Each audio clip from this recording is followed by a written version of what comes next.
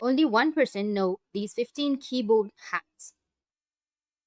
Number one is to copy anything, you need to press Control plus, and you can go with Control X for cut, and Control V to paste, Control Z to undo, and Control Y to redo, Control A to select all, and you can go with Control F to find something in your page or to search something in your document, Control N for a new page, Control W to close a tab or just window a current app. You can go with Alt plus Tab plus Shift to switch between open apps or to switch between your tabs as well. Windows plus D to show or hide a desktop. Next, Control plus S to save. Win plus V to go with your clipboard history. Win plus L to lock your PC. That's it. And if you have any questions, feel free to comment below. Thanks for watching.